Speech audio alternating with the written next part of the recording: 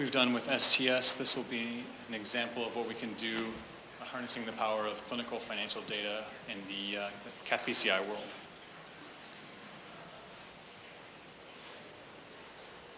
All right, thank you. So what you're going to see here is a very rough matching of CathPCI and financial data without any algorithms, mainly because CathPCI data contains enough to approximate 90-95% matching rate. And I hope this set of slides is going to raise more questions than answer any. Because I don't know how many of you actually understand that the CathPCI registry is very, very different than the STS registry. It's a multidimensional one-to-many, many-to-many, many-to-one relationship. So when you see discrepancy of cost or some kind of clinical differences, unusual, it could be because of the case or something went really, really far out of normal.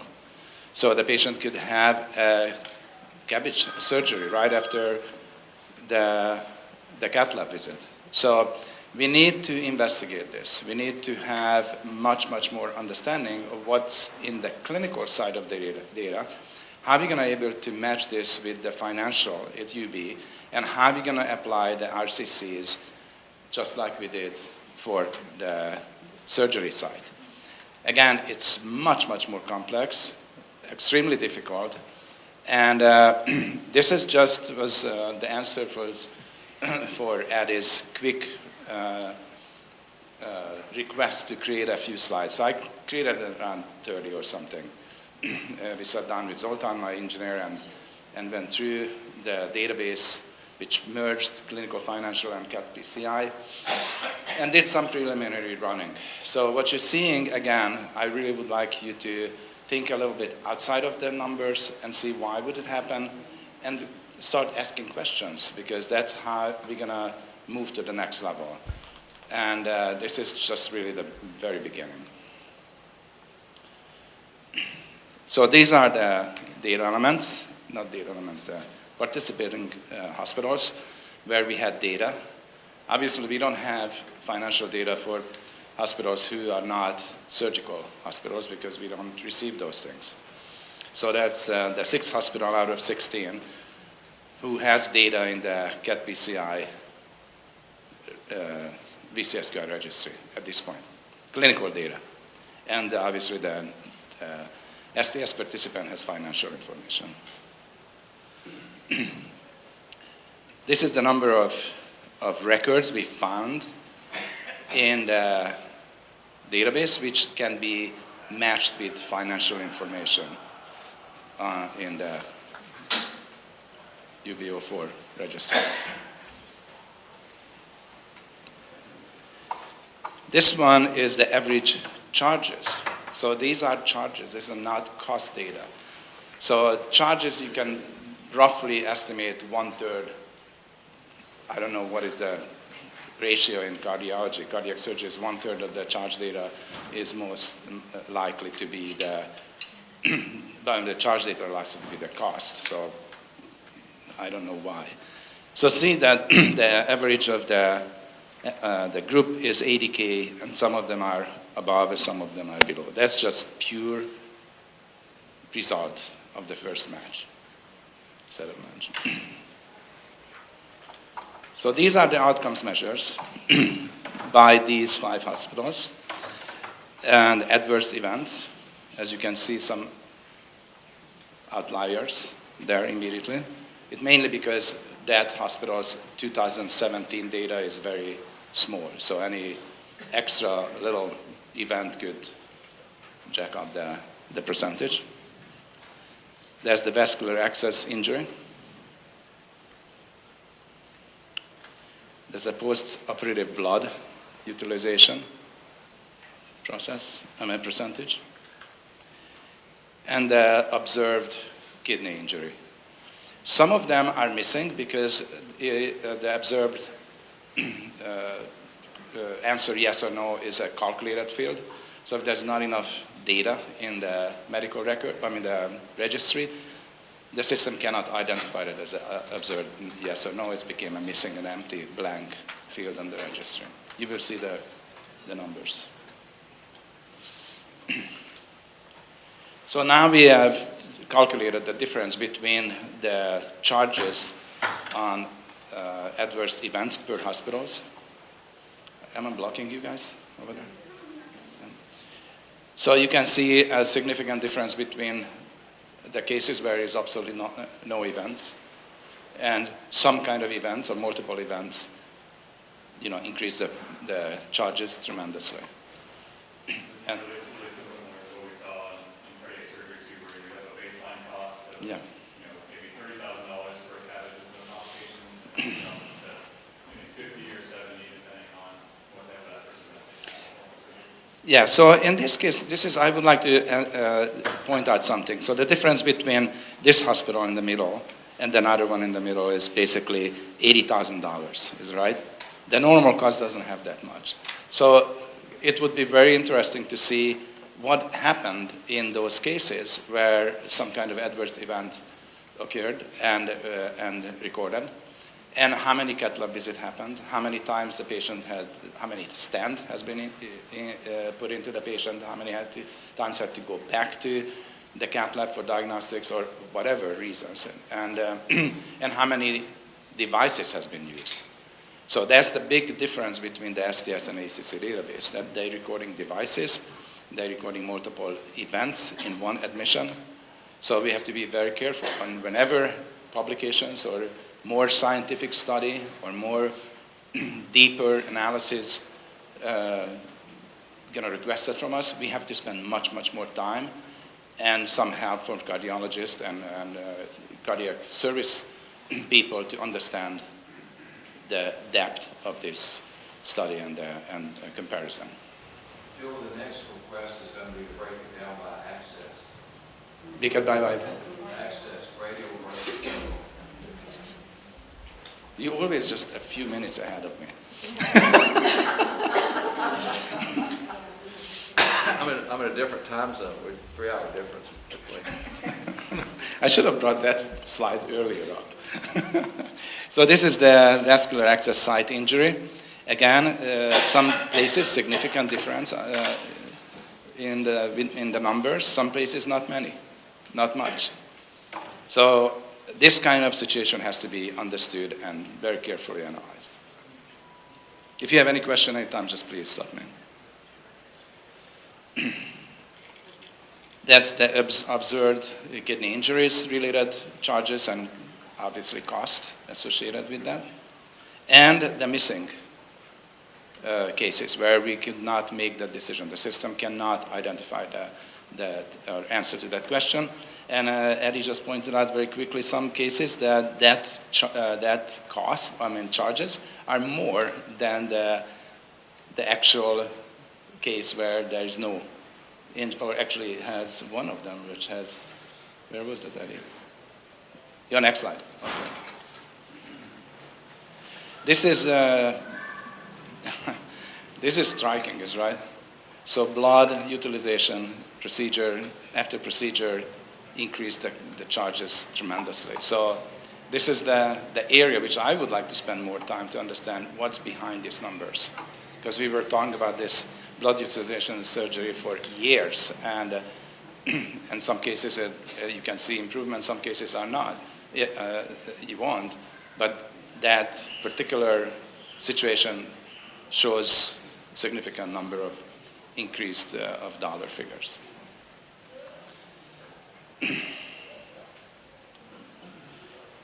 So here we are. That's the percentage of femoral or radial access. There are a few percentage of cases where that is the third. I always forget the name, where the third access from this area, but it's very small, so I left this out. These are the percentages, and these are the numbers. So not much difference, most of the cases, but there's one hospital. There's a $35,000 difference, $33,000 difference on depends on where you accessing the heart.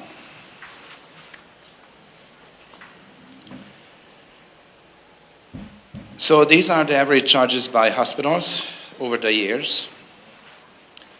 So you can see the 2009 up to 2017, one hospital is reporting to the CathPCI database from 2013, and one from 2010.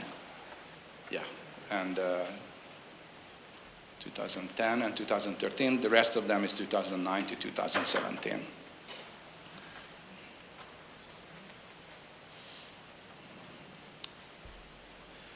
So average charges increased over the years, some cases more than somewhere else, but you can see most of the hospitals' charges are been up over the past few years.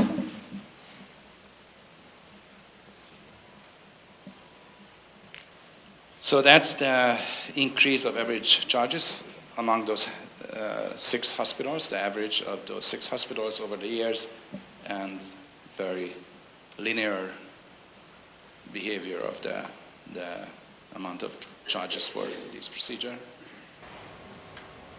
Gyula, if you stop there, from the cardiology perspective, that's 100% increase, right? In 7 years. Is that tracked with the ST, the aortic balloon time and more ST elevation MIs? Is it an intervention there? Is it changing in the acuity of the patients? It's double the charges, and we recognize that's not, it's a relative amount, but any thoughts on what? This is one hospital, actually. This is only one hospital, I just But recognize it's still, we looked Yes. at all the slide before, it was a straight line increase in all the hospitals. Yeah, we just picked up one hospital out of the previous slide. Do any of you have any thoughts about that? So we are not included in these hospitals, but our case complexity is through the roof year over year. In the cath lab, cases that we used to medically manage, we're doing CTOs, lots of atherectomies, Pella-assisted PCIs happen almost every day, so it's not surprising. Just the number of stents that we're putting in. I mean, that alone, I mean, it's, Drug-eluting. 1 or 2 vessel stents, I'm sorry, 1 stent in 1 vessel is less common for us than multi-vessel and certainly multi-stent. I mean, you can get a half a dozen stents in one procedure. And that's where fundamentally your large cost is. But I think CTOs, mechanical support. Our biggest driver was personnel cost. Not change, we had the complexity was state that it's increasing as we all see. But this is, if we looked at just our coronary population, it was personnel costs. I think it's marginal increase. If anything, we're cutting FTEs. Okay, so that's the average charges over the years for this hospital. So we're going to focus on this hospital right now over the years of increase, measuring the adverse events and the other categories which I showed you before for the entire group. So those are the percentages, and these are the differences in the financial point of view.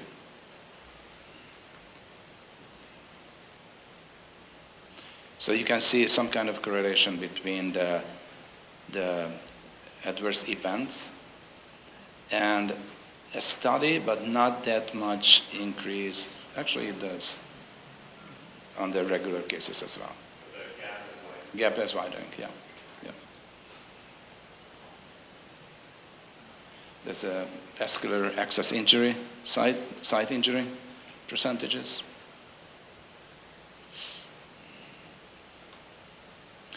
So that's right there. There is some kind of either data error or some kind of very significant outlier in that particular year for that hospital in that area, which obviously increase everywhere if you have one of these cases or two of the cases increase the average price everywhere. The blood product procedure, post-operative blood product use, and the same as before overall. It's interesting because I have a total different color in this monitor than the screen, so I'm sorry that. But I think you still can see the differences between yes or no's. That's the kidney injury slide. Yeah, this is the place where you can see the missing area where we cannot make a decision of yes, observe or not. The missing piece here, the missing cases of the missing observation is average charges is higher than anything else.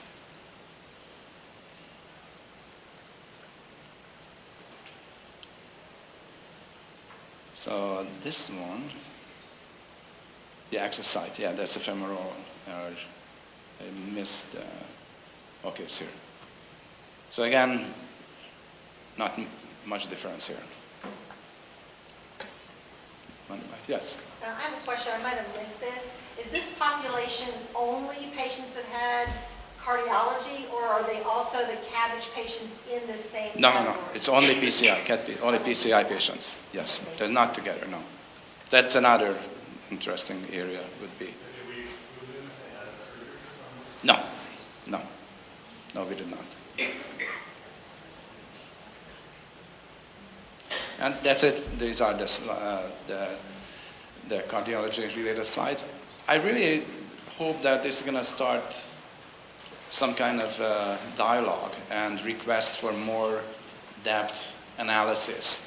You can see this is a very, very rich area for research. I think CathPCI have a tremendous opportunity to write some kind of grant application to dig into this, combine the cardiology, CathPCI, and cost data into this, because this is not available anywhere, as far as I know. And almost 10 years of data, both clinical and financial, in 3 different areas would be an extremely valuable assets to write grant application, and definitely papers for sure. But I cannot emphasize enough the complexity and difficulties to make sure that what we are claiming and presenting is correct and verified and tested. It's very different than the CS surgical database. Are you able to link the PCI patients to those same patient populations that got bypass surgery? We did one study a couple of years ago, I think. Yeah, I know we did. Yeah. But in the new world order, all your identifiers, are we able to link? We will be able to patients do with that. PCI that subsequently went ahead and had bypass surgery? Yeah. Or the converse is true? What we need to do, Alan, is that we have to create a new database for CathPCI with different financial buckets.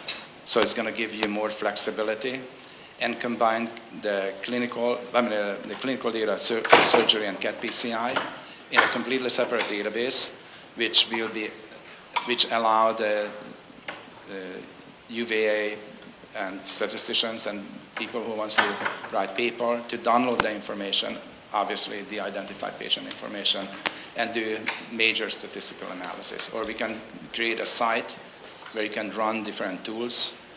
I think this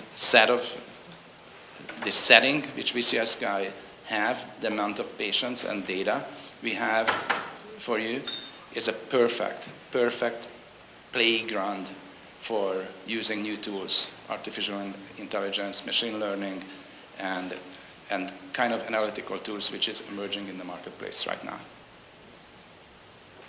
So I hope it's going to start generating some interest. Because I don't think anybody else has this. I know anybody who has this information available.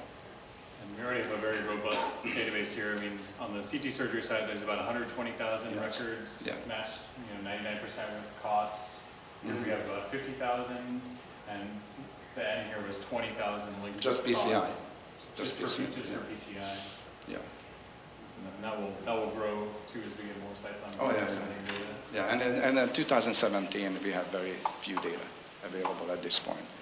But the surgical side has been completely revamped, is right? We applied the new RCCs, we applied the 2.9 versions. We had some issues because of the size of the 2.9 version received from a particular vendor, and it's broke the system, so we have to make major changes on the back end to be able to process this matching criteria, and we process the matching with de-identified clinical information with financial information.